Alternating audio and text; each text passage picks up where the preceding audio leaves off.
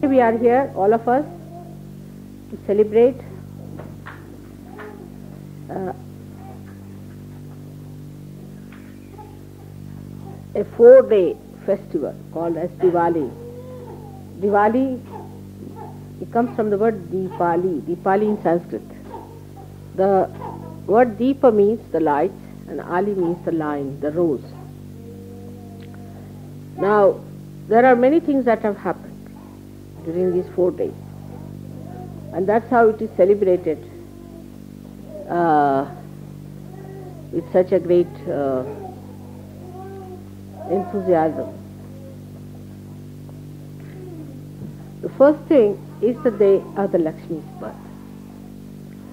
That is the 13th day of the moon, as they call it. Is the real day when Lakshmi was born out of the sea. That's why she is called as Miriam or Mariam. Word Mari or marine also comes from the word sea. So she is born out of the sea. She is created out of the sea.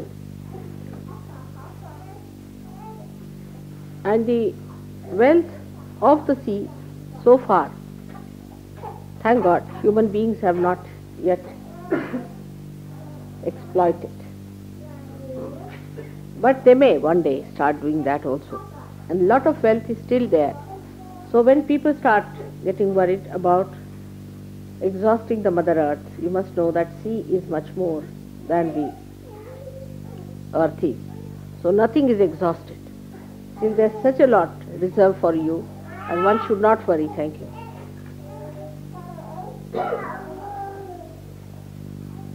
As to the supply of wealth that can come from the sea. Now this Lakshmi is the goddess who stands on the lotus.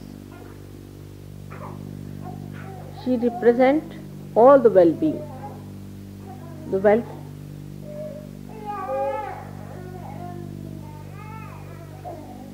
the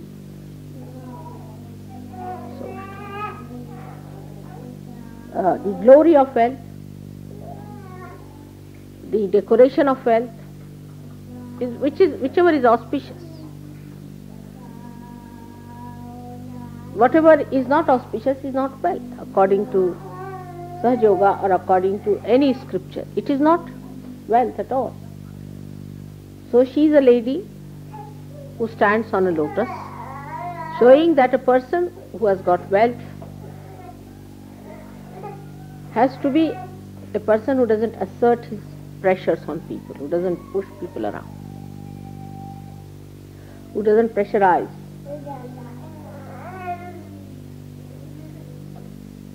And then she's a lady, she's a mother. So, wealth is the first opening to our seeking. But when you start seeking the wealth, you realize that the superficial wealth that you are seeking is not sufficient, is not going to give you complete joy. So you start seeking the deeper wealth. As I said that on the Mother Earth you have exploited all that is possible, still there deep down in the sea, a lot of wealth is still there. So then the seeking moves towards the deeper seeking. So the same Lakshmi becomes Mahalakshmi.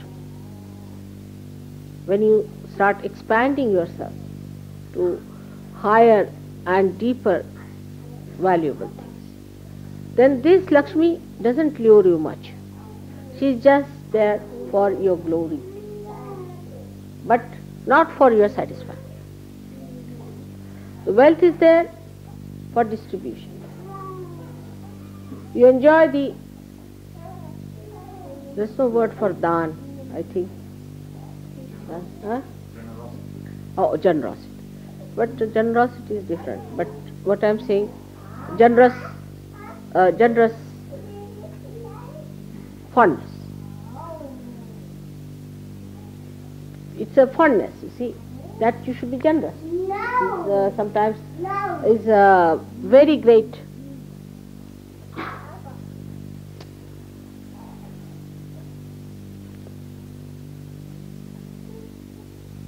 happiness and joy that you feel.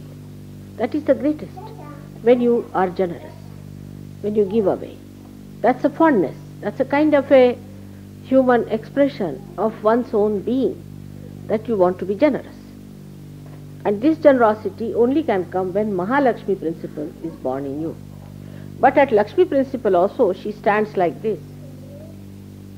Her hand is like this one, as giving. And the another is like this. So miserliness is not a sign of wealth. I mean, if you are miserly, that means you are not wealthy. If you are really wealthy, why will you be miserly? A simple equation is there. That means if you are really wealthy, you will just give away. If you cannot give away, then you are poor. You are a beggar. You are still hankering after that. That means you are still a beggar. You are hankering for it. So this left hand she is giving all the time.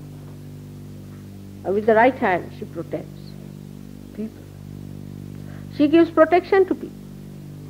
The wealth must give protection to people in the way it must look after the well-being of others, not your own self-indulgence, like having all the best things to yourself while others are starving. That's not a sign of a wealthy man. A wealthy man is a person who knows that unless and until he shares his things with others, he is not going to be happy ultimately. For the time being, he may be. People live with imbalances, they live with wrong ideas. But ultimately they have to correct it. If they do not correct this, there are problems. Then there's upheaval, lots of changes come in. People start seeing that, oh, this doesn't work out, that doesn't work out. The children run away from the houses, the family goes into problems, all sorts of things happen. And then they realize, this is the reason. I have been very miserly. I have not been generous. I have not been using money for the sake of others. Now, after coming to Sahaja Yoga, you become a divine person. Definitely you become divine. You are now a divine personality. You are not a human personality. So you have to give up all that is human within you. Then only you will be fully divine. But it's very difficult. That's the problem is, that it is very difficult to really accept that you are divine and that you have to take divine policies and divine attitudes and divine temperament. Now the divine temperament is generous. It is not bothered as to what happens next. It's not bothered because it is connected with the source. If you give one, you will get 100. It is sure about it. And to a divine person, worldly things have no meaning if they cannot give pleasures to others. A person who is very self-indulgent, always bothered about himself, is not a divine person at all. In no way he is divine. It's very common, it's human. Everybody does that. Everybody is self-preserving. But after Sahaja Yoga, you do not start all this nonsense again. You give it up. And who looks after you? Who looks after your self-preservation? Is God Almighty. You are now completely dedicated to Him and He looks after you. You don't have to worry as to how to look after yourself, how to do this, how to do that. It is His work. The more you go on worrying about yourself, the worse it will be. The moment you give it up, it is looked after. Many Sahaja Yogis must have experienced in their lifetime that when they try to give it up, they get all the help from God. But whenever they try to assert and worry about their well-being and things like that, then there is a problem. You don't know from where the help comes. Now we have had so many examples, so many so-called miracles, where people wanted to do something and suddenly they got the money from somewhere they least expected. So, for a divine person, the attitude should be of giving and of protection. Protect. Now we are very good at protecting our bhoots and protecting others who are bhoots. You see, the sympathies always go to bhoots because they have a way of creating a sympathetic attitude in your heart. So you start looking after that person because that person looks so much miserable, you see. You have to protect the saints. You have to protect the principle of God, the divinity in others, and not the bhoots. You are not here to care for all the bhoots of the world. So the idea of Lakshmi must be understood in a proper way. In Sahaja Yoga, it's a very different thing from all other people know about, like charity. Like people say now we must be charitable, start a charitable organization, in that you look after this kind of people, that kind of people. We are not bothered. That's not you are given realization for, to look after every sort of a person. You are here to look after all the saints and all born realized children. And you are not to bother about people who do not matter to God and divine. When they come to realization, if they get realization, if they become saints, all right. But you don't worry about every Dick, Tom and Harry on the street. Oh, mother, he's so miserable and this and that. So the charity must be understood in a divine light. And the divine light will give you discretion to understand whom to be charitable. You have to be charitable to your brothers and sisters. You have to be kind to them. Now you will say, what about worrying about mother, people who are starving, who are this? That's not your headache. Why should you do their jobs? We are all good at doing others' jobs. For example, you are driving in the car. Oh, look at this. There should have been this properly done, that they should have done properly. But that's not your job. Why should you waste your energy in finding out what the others should have done it? You should do what you have to do. And don't waste your energy in these things. See, all these charitable institutions, I have seen those people who work there are very difficult for realization. This is the proof of the pudding. Because to whom to do the charity? If there is no other person, you do not do charity to anyone.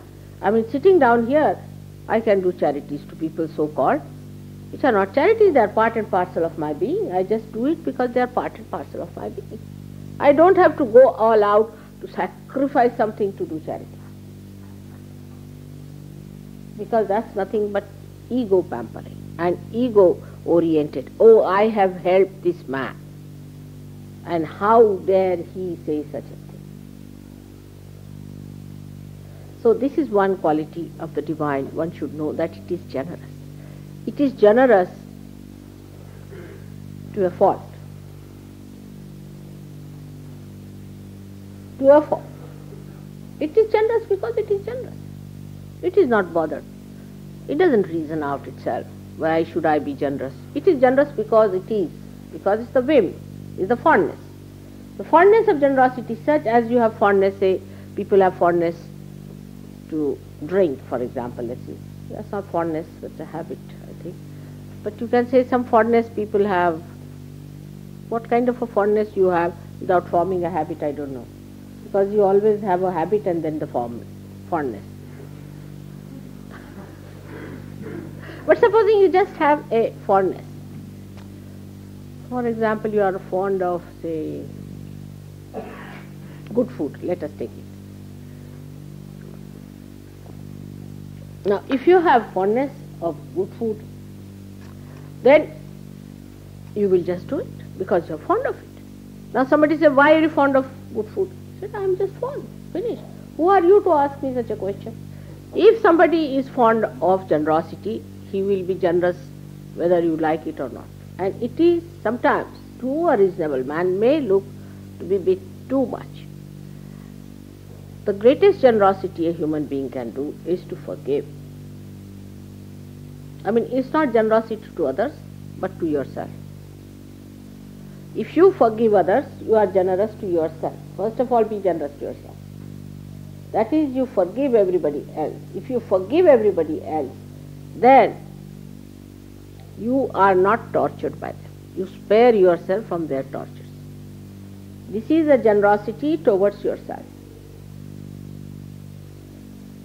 Towards yourself, the greatest generosity is that you do not bear any malice or bitterness about anyone, but clear-cut ideas that he is like this and he is like this. Just a clear-cut idea, but no reaction out of it.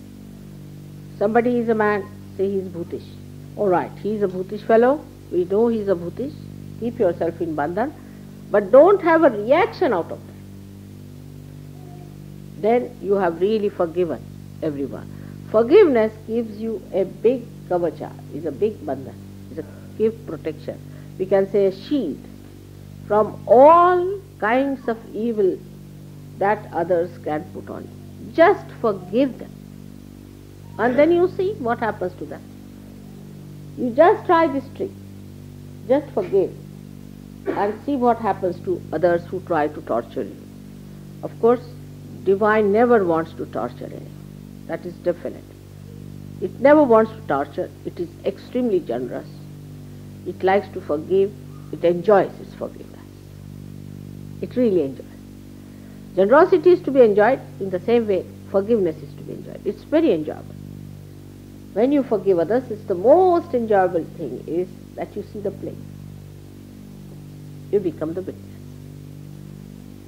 So the Mahalakshmi Tattva, when it develops into you, first of all you have to forgive if somebody has borrowed money from you, has not returned. Doesn't matter. It's difficult for people to forgive people who borrow money and don't give.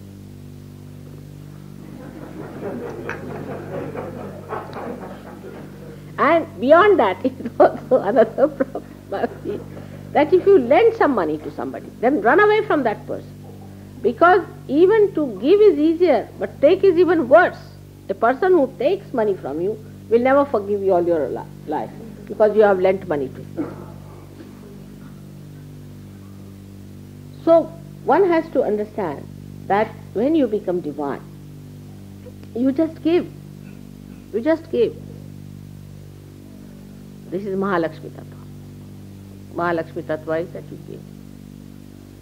Don't worry about what is the result, how others react to it, what happens to it, what is the ultimate result, and what you achieve out of it, and how the person has taken. Just give.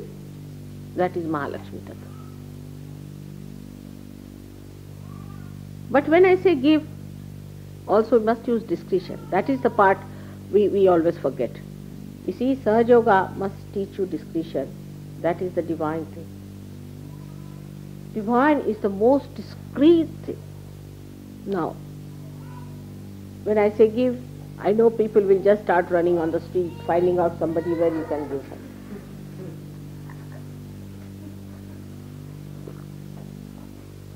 You don't have to run about to find out somebody that you should give something to someone. There's no need. It's just flowing. It's just flowing. Wherever the chance is, just try to give material things, something kind words, sweetness, comfort, but never give one thing, which I sometimes do by mistake. Never give advice.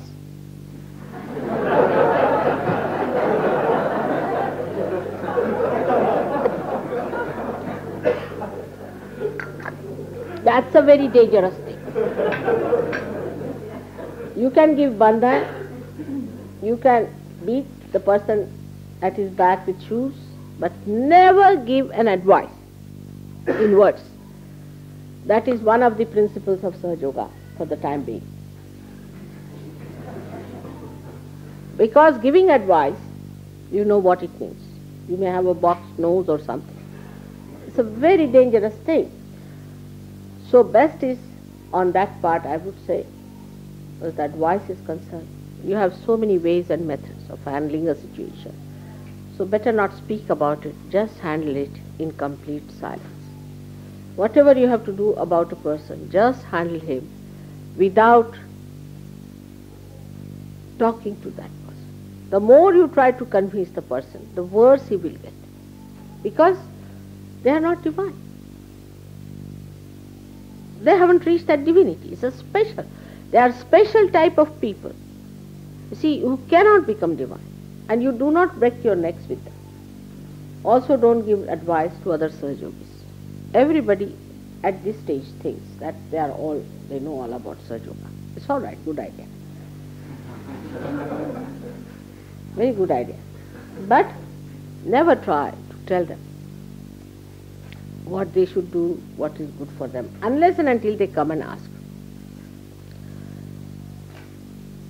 Now, this Mahalakshmi Tattva, when it grows into collectivity, what happens? That you learn that you have to just give and you don't worry about the receiving. As Krishna has said, Karmanyeva adhikaraste paleshu ma kadachi. Our job is to do the karmas and we are not to worry about the phala. Just try to give whatever is possible to everyone, vibrations, realization. I know it is wasted so many times. You give realization, it is waste. It's like, you see, the seeds that are thrown on the rocks. Yes, I know, it is. So many times I have wasted thousands of them.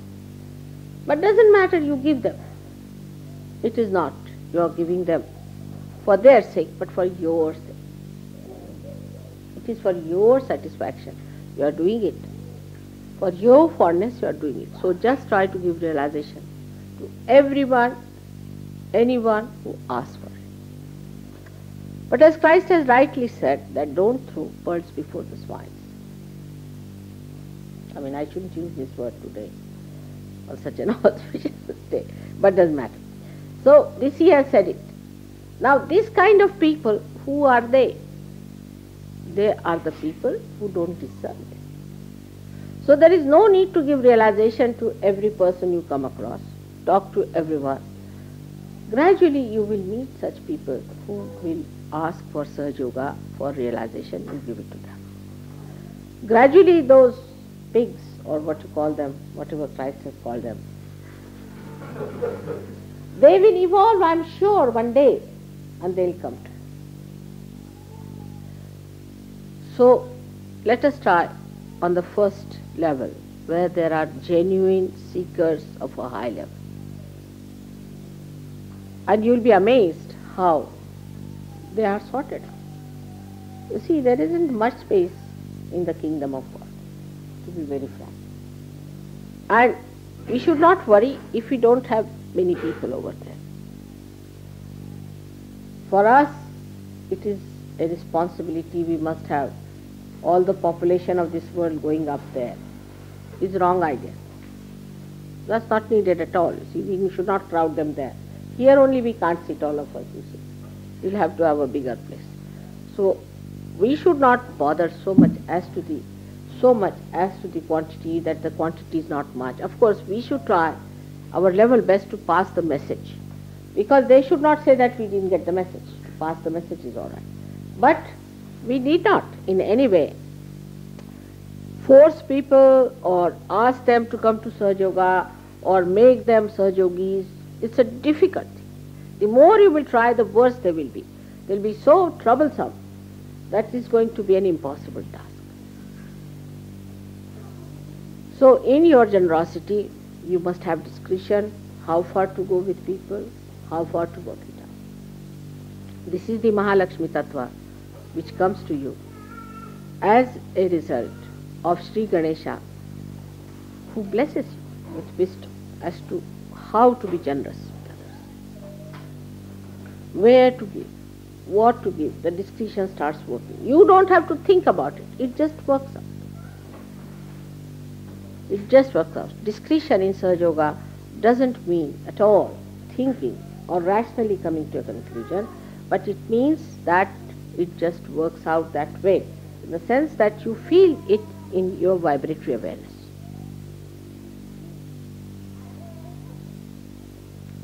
Once such a discretion is developed, you'll be amazed that those who are not to enter into the kingdom of God will just shun you, will not come close to you. And It's better for us, less headache, see?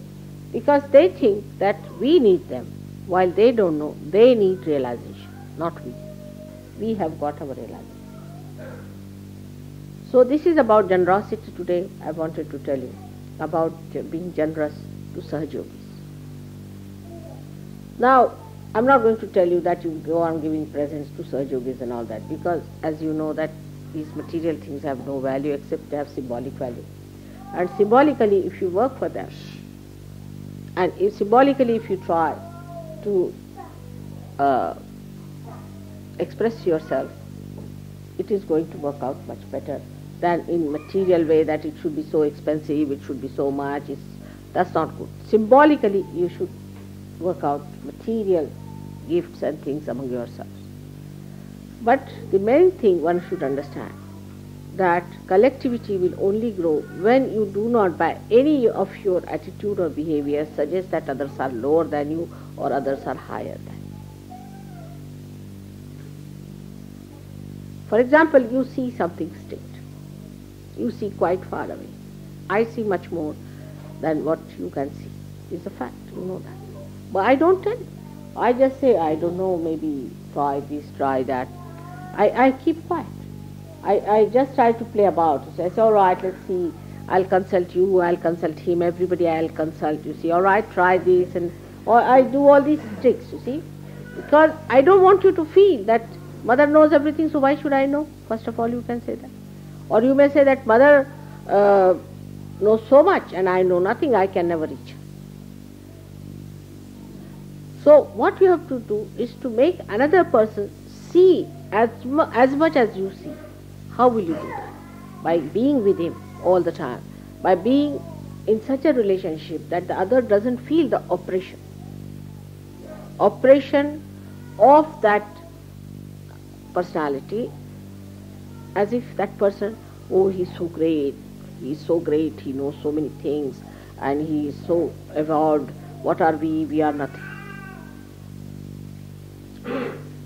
If you develop such an attitude towards a person, then the other person can also develop another attitude just the other way around. That he'll oppose such a person, he'll stand out, he'll be angry all the time at the slightest pretext, he'll be off and he'll feel hurt and he'll be miserable. All these things can come up. So it is not going to help you, not the other person. But to tell another person, if you want to raise that person higher, the best thing is to make him your friend, your dearest person, and let him see as much as you can see together. Then the vision is broader. It's not that one person sees something more and others do not see, and the other person, the person who can see, thinks no end of himself. You should behave in such a manner as if you don't know anything. It's better. You should see me, how I behave. I don't tell you anything. I just say, all right, go ahead. Whatever you think proper, do it. Then you come round, you say, mother, but it happened like this, and you had told us this way. So I said, I had told you, all right. But I didn't say, all right, this is going to happen, but it happens. So it's better that you should also develop that kind of an attitude that all of us have to move together. There's nobody who can just pull out oneself ahead. We all have to go together, even me. Even if I may be anything, what does it matter? What does it matter? If God is great, so what? He may be great in his own place. But what do we gain out of him is the point that his greatness should be seen through us. If we cannot move up to that point, what's the use of his greatness? It's better that he's away. He's too great for us. So he has to come down. He has to come down to this level to make everybody feel that they are part and parcel of his own ignorance. He may be the most knowledgeable person, so what? You have to take the cover of the ignorance upon yourself and go on slowly exposing yourself. In the same way, if you can do it with other Sahajogis, then only you could be good leaders, and you have been really generous with the full discretion.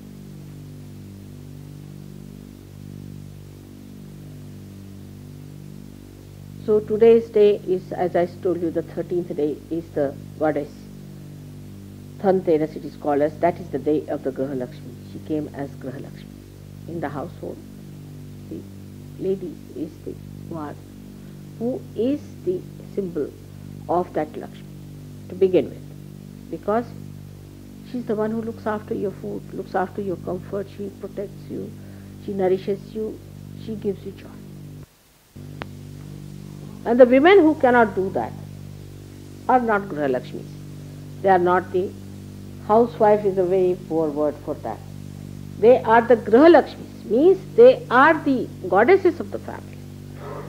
So, the other day we were in America, I told the girls, I said, let us wait, and what we can do, it's all right, I am the mother, you can give me food if you want. I don't mind. Give the boys first and then the girls should eat. And one of them got very angry with me. She said, Mother, what is this? They are dominating us. Actually, if somebody eats before or later, what is the domination? I mean, in any case, you are going to eat before or after. I don't understand the portion of domination. But, see, you are privileged. You are privileged that you can look after so many people, you see. What is so wrong in it? You see, the whole atmosphere is so funny that if the men eat first, then women should feel that we are put down. It's absurd.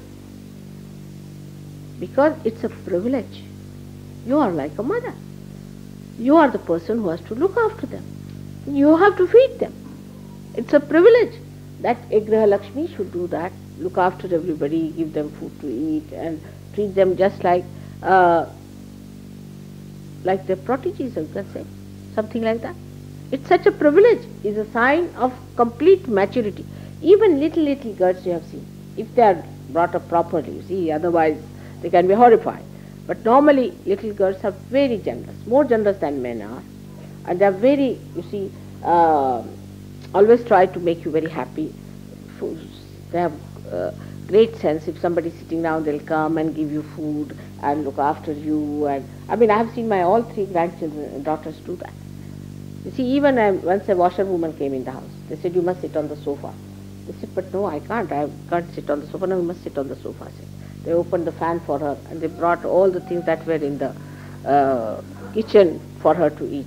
Now, and they brought some plate and this and that. And the elder one, she told me, I told her, what do you want to be? She said, I can only be a nurse or a air hostess. I said, why? Air hostess and nurse, why? Because these are the only two professions where one can give, isn't it, food?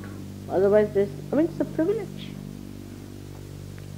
Other professions you can't do this great job, this noble job, you see, this of giving food.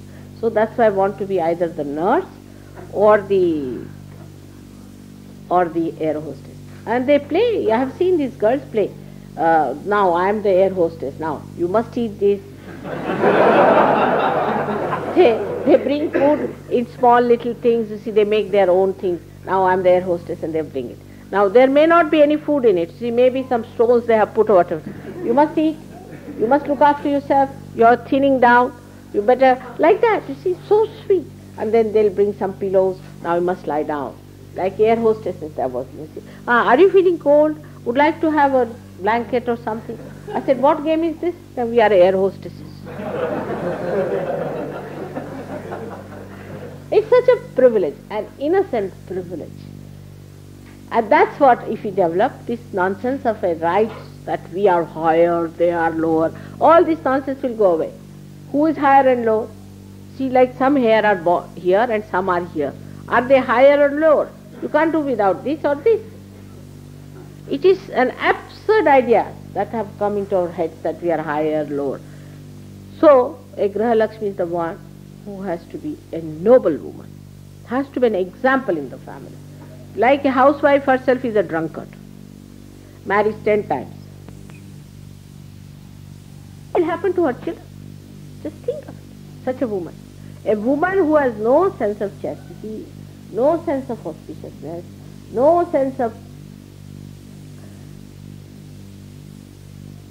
protection for them. What can she talk? Who is she? What does it matter? I mean, what comfort can anybody give to a housewife? She is the one who is the source of comfort. What comfort can you give her? To her, the greatest comfort is that you eat your food properly, you sleep well, that is the greatest comfort. So this is what one has to know, that a Graha Lakshmi is the woman in the family. She is the Graha Lakshmi. But the man should not be a wolf also. A Graha Lakshmi cannot marry a wolf, you must understand. If the man is a wolf, then he doesn't deserve to have a Graha Lakshmi, but he can have a she-wolf as his wife. That's a good idea. Then they can fight, quarrel, have all kinds of divorces. But it's the responsibility of the Graha Lakshmi to begin with, I must say. To keep the balance, it is her duty. It is not the duty of the other people in the family. It is she who keeps. She doesn't give up at any cost. Of course, if he's a wolf, all right, he can go to the forest. She's not bothered. But the men must understand, the more you start respecting the housewives, the Graha Lakshmis in the family, the more there is respect, the more there will be settling of these women in their proper places, becoming proud of their houses and families and their own setup that they have put in. They'll feel they have a meaning and the whole society will change. But if the men run after dirty women and cheap and street women, then the same housewives can take to that. So that is very important, that they must be respected because they are Graha Lakshmi. That is one thing. The second thing is they are also Raja Lakshmi. Raja Lakshmis are the goddesses who are looking after the country. Like England has a Raja Lakshmi. Now, we can say the princess now is a Raja Lakshmi. She's a woman with dignity. She carries herself with that bashful sweetness and all that. She's a Raja Lakshmi. Our queen is very good too. But we can say other people in the same family are funny. They belong to royal family. They have got that strength of character to belong to that. They have all the privileges, but they think they have all the rights, but no duty. And as that, also the Raja Lakshmi can be very funny. Like in this country there has been curses on curses because of 7 queens were murdered in this country. I mean, I can't think of any country where even one queen can be murdered by the queen. This country has a very funny curse of these 7 women who were killed like this. I mean, what sort of women they must have been, what sort of kings they must have been. I mean, there is so nothing of a Raja Lakshmi. A Raja Lakshmi is a dignified woman. She is the one who is the glory of the country. She has to be a glorious woman. She has to be a woman with all the attributes of a queen. And that is the Raja Lakshmi, is the queen or the goddess, that is the queen. And she resides in every country. Every country has a Graha Lakshmi. And if that is insulted, then the people suffer. They will suffer in so many ways, like they will have money problems, they will have financial problems, they will have also problems of society, all kinds, because whatever the queen does, whatever the king does, it is done by others, but especially the queen. Most of the fashions, say, in England have come because the queen started. So whatever she does, she's so important, and she has to have that idea in her that she's the goddess. She has to represent that goddess which resides in every country. So that is the Raja Lakshmi. Now in countries where there is no, say, democratic countries there, all right. Then the head of the first lady of the country should behave not like American lady who married a tycoon somewhere, an old man, and is now a photographer. And what is this? So cheap. It is so cheap. She doesn't deserve to be there. There's no dignity about her. She's competing herself with cheap street women. She should know that she is the first lady. In the countries where there is even, say, not democracy and other sorts of governments are there, there is also a first lady. And while now these first ladies also have become competitors, and they're competitor with their husbands and try wherever they have tried such a trick. You see, even Mandar Naiki tried these things, she failed. Anywhere they tried like to outwit their husbands by this, they will fail. Because God is not with them. They are there because they're first ladies, and they should take all pride within themselves, even if they feel they are a little bit let down by people, not respected. But if she respects herself, nobody can be disrespected. She should keep her respect, and everybody will respect her. But just to punish people if she has to behave like this, that means she has no value of her. So the first thing that one Lakshmi gives you, the value system. Your value system is correct. You evaluate yourself properly. Like you know the value of this and value of that and value of this. But the value system for a divine person is not based on the amount of money or amount of matter it has, but it depends on what vibration. So the whole evaluation system changes when you get into divine temperament, that you start seeing things, what is precious is what has the maximum vibration. Whatever has vibrations is the precious thing for a realized, and not what is not divine. What is not divine, we have nothing to do. But you will be amazed, whatever is divine is all very precious also otherwise. Like the paintings which are done with divinity, means the realized souls have done, are today very expensive, may not in those days, but now today. Actually all that truth comes up gradually, and people can see that clearly, that there is something special about these things. So your value system changes. As your Mahalakshmi essence starts growing and manifesting, you stand absolutely open, and you find that new things, new ideas, and new valuation of everything starts coming. Once this happens to you, know that you are growing. You must know how to judge whether you are growing or not. And that is how you will know that you are growing in the right direction if your value system is in.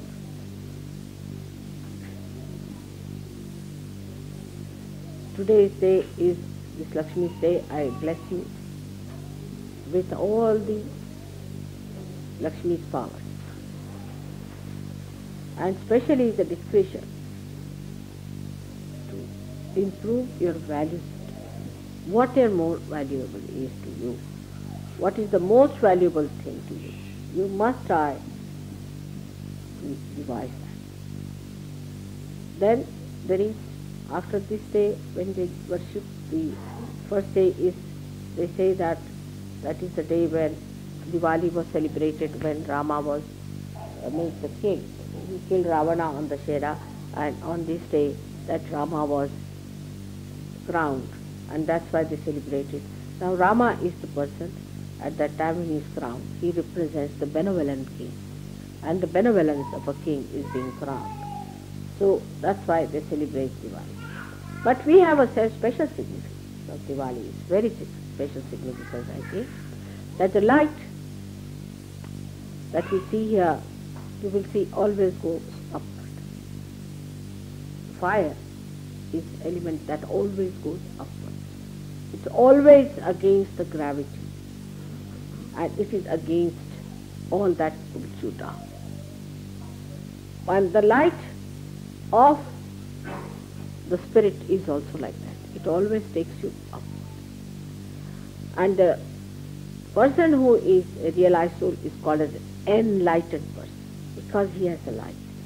And the light has a capacity to give you a full idea, to see what is what, to relate to each other, to find out the distances and the differences, and to discriminate. So the light represents discrimination. And when you are enlightened, the spirit is enlightened.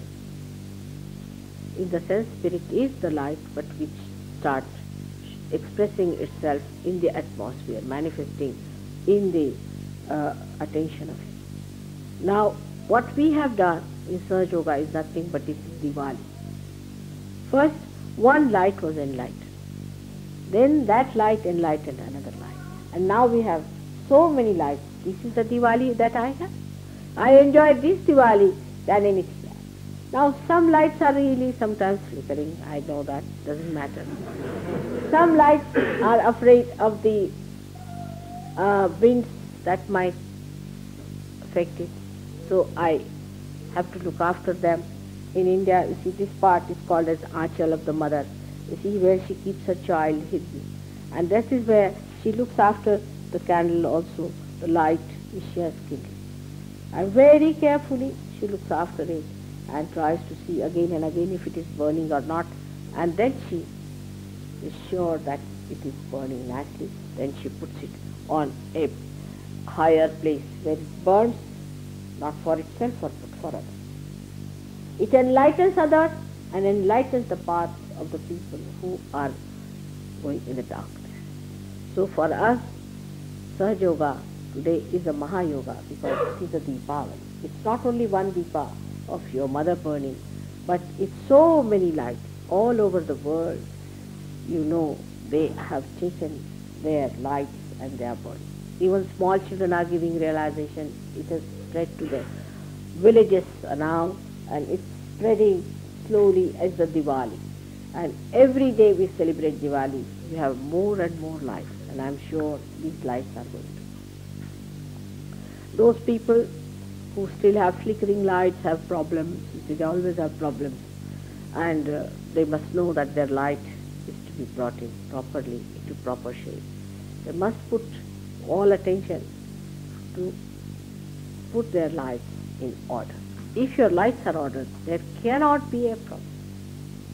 There cannot be a problem. So the correction is also a divine quality in you. We should work inward by which you correct yourself. Now, the other day I was explaining how you don't have to think. It's very simple. It's a machinery which is a divine machinery which you have found out now within yourself. Now, at this time when you have got a machinery, you don't have to think about it. Because the machinery that is divine is just like any other machinery. For example, you know the machinery of the car. You don't have to think. You don't think I have to put a brake, you just put it. When you are a master driver, you just do it. You don't think. Do you think? If you start thinking, you will kill so many people by that thinking. So in the same way, if you have mastered this machinery, if you know which one to move, how to work it out, if you have mastered it, you don't think about it. You just work it. And that is what it is. We have to understand that after developing Mahalakshmi Tattva, which is the main Tattva, which is the evolutionary principle, by which you have evolved, is the ultimate, the Sushumna, the central part, which is the most important. If the Sushumna is not all right, then you cannot do anything, because there is the flow. There is the opening, which is important, which makes you wider, which makes you deeper, which makes you greater. That is the part of Sushumna, which must be always kept open. Must try to keep it open by balancing yourself, by this generous attitude, and by seeing everything through your discretion. Keep it open. Keep your Sushumna open, and that is the path of Mahalakshmi. If you keep your Sushumna open, there will be no physical problem, no emotional problem, and of course no spiritual problem. That is how one has to understand today's Mahalakshmi Tattva. Now at this position when you reach, you see, this position is very important at Mahalakshmi principle. That it gives you the witness state, no doubt. But as I have told you before, just after this first day's puja of the Lakshmi, when Rama was crowned, next day they have the second day. And on this second day, this is the 13th day, as I told you, is the day when the Lakshmi was born. 14th day is a horrible thing which I do not want to tell you much about, because that is the day the goddess had to fight all the horrible Rakshasa. So I don't want to talk about it much because you know all that. That is the 14th day. Then the 15th day is the day when the moon is absolutely missing from it. In absolute darkness, where you put these lights to suggest that there are lights now, let Lakshmi come within her. So there is no spot that should be left which is dark, so everywhere the Lakshmi resides and give us the glory of her blessing. Then this is the night when you have the dark night, as you call it, Amavasya. Then the first night after that is the first moon, that the you say the baby moon? New moon. The new moon comes up, the first day, is the day when the new year starts for Shalivahana. As you know, Shalivahanas are my ancestors, or whatever you call it, the Sindh dynasty. That is the day. That day they take a shawl of the mother, like this, and put this water carrier on top to suggest the Aquarius star. The Aquarius time has started. According to them, they put that on top of that and put it like a flag on top of their houses to suggest now the Aquarius time is there. With the mother shawl, they make the flag, and on top of the flag is this the water carrier is put upside down to suggest that the Aquarius time has started, that the time of Kundalini has started, and that this awakening has to take place. That's the first day of the year they start. Then after that, the second day is, so it is 5 days actually, but why I said 4 days celebration? Because one day is a horrid day in between. But also there is a celebration because after killing all these Rakshasas, there were Diwali. Many a times these things happened, and every time she killed all these Rakshasas, they celebrated it by putting lights all around. So after that is the second day is very important, which is here, is the brother and sister. Special day where the sister invites the brother to her house for food. And she, if he's a small boy, she'll give him a bath. Even if he's a big boy, he sits with all his clothes on and she puts water on him and puts something very fragrant things on his body and gives him a bath nicely and gives him a protection. It's the purity of relationship between a sister and a brother. And then the brother gives her something as a present at that time. He may give anything. It's just symbolic. It's the love and affection of a brother and sister is expressed at that time. It's very important. And then the sister, she actually gives him a bandhan with actual light, which is called as the aarti they do for the brother. And that's how they try to give a big protection to their brother. So this is the day of the, they call it in Marathi Bhav-bij or Bhaiya-dvij, or that is the Dvitiya, the second day of the month. That starts in India. Now it has a significance because it is very important that our relationship as a brother and a sister must be strengthened, must be purified, must be looked after. In India, even if somebody calls you a sister or a brother, then he is a sister and a brother. It's a very difficult situation. If somebody calls you a sister, then you have to accept that situation. And if you accept that situation all your life, you have to carry on that relationship of that nobility. Whether he may be your brother or not, doesn't matter. He may be your sister, she may be your sister or not, does not matter. But once you have said she is your sister, then all that purity is there, all her chastity is to be protected, and she is to be looked after. So this is how it is. These are the 5 days they celebrate. In short, I have told you how we Sahajogis should understand these 5 days are days of real festival for us, because we are overcome death now.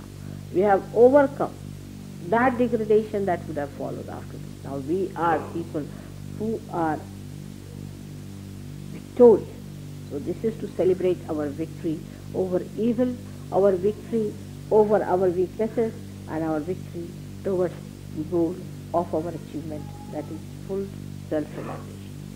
And that's how it's a great day of celebration. And may God bless you all, and in this jubilation I join you all, and I'm very happy that we are so many today in this country, and a day will come when our righteousness and our greatness will definitely enhance.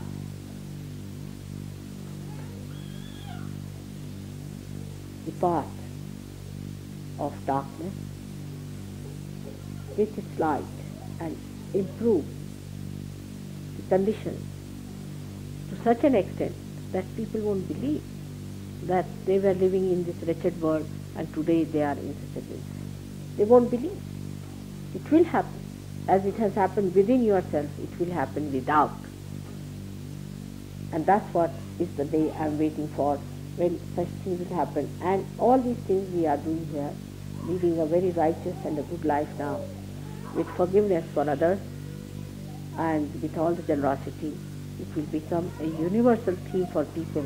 And when this will become a universal happening, and when people will universally accept Sahaja Yoga, then will be the real day of Diwali celebration. May God bless. So I must say, for Christmas I won't be here. I'll be in India. It's nice way, because I'll escape all your presents.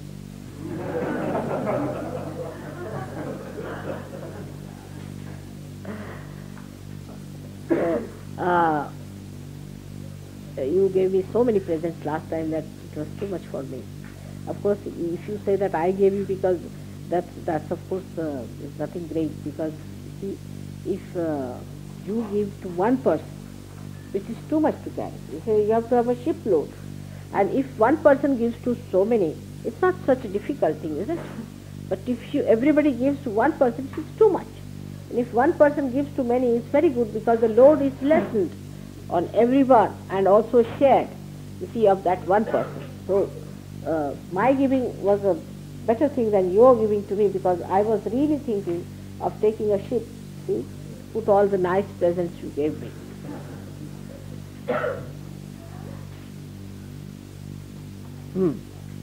So, do you have any questions?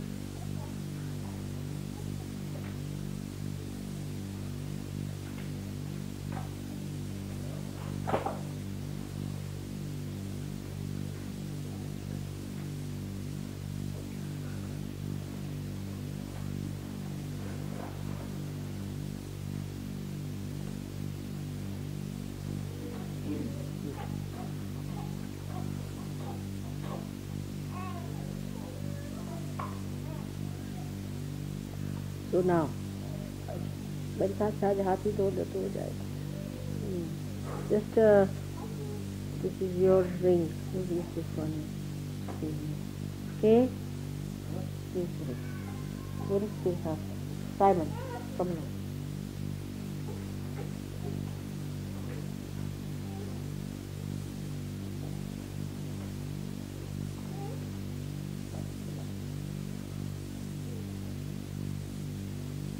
So, you see, today's puja is more sort of asking for the expansion of your Sushumna. More than.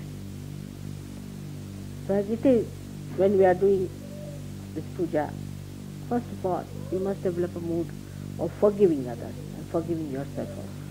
Just that mood, first of all, to improve your Sushumna path to grow, first of all. So there is a mantra for that. Ya Devi Sarvabhuteshu Shama Rupe Samsita, and Shanti Rupena. All these mantras if you say, all of you, if you say these mantras, one you can say and they can repeat you. And then that will definitely improve. These are all mantras for the Sushumna.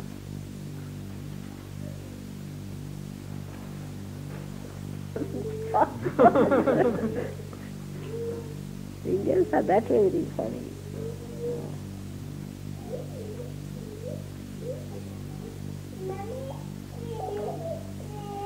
I think you people don't have any machine, a grinding machine in the thing. So I better pay for that machine.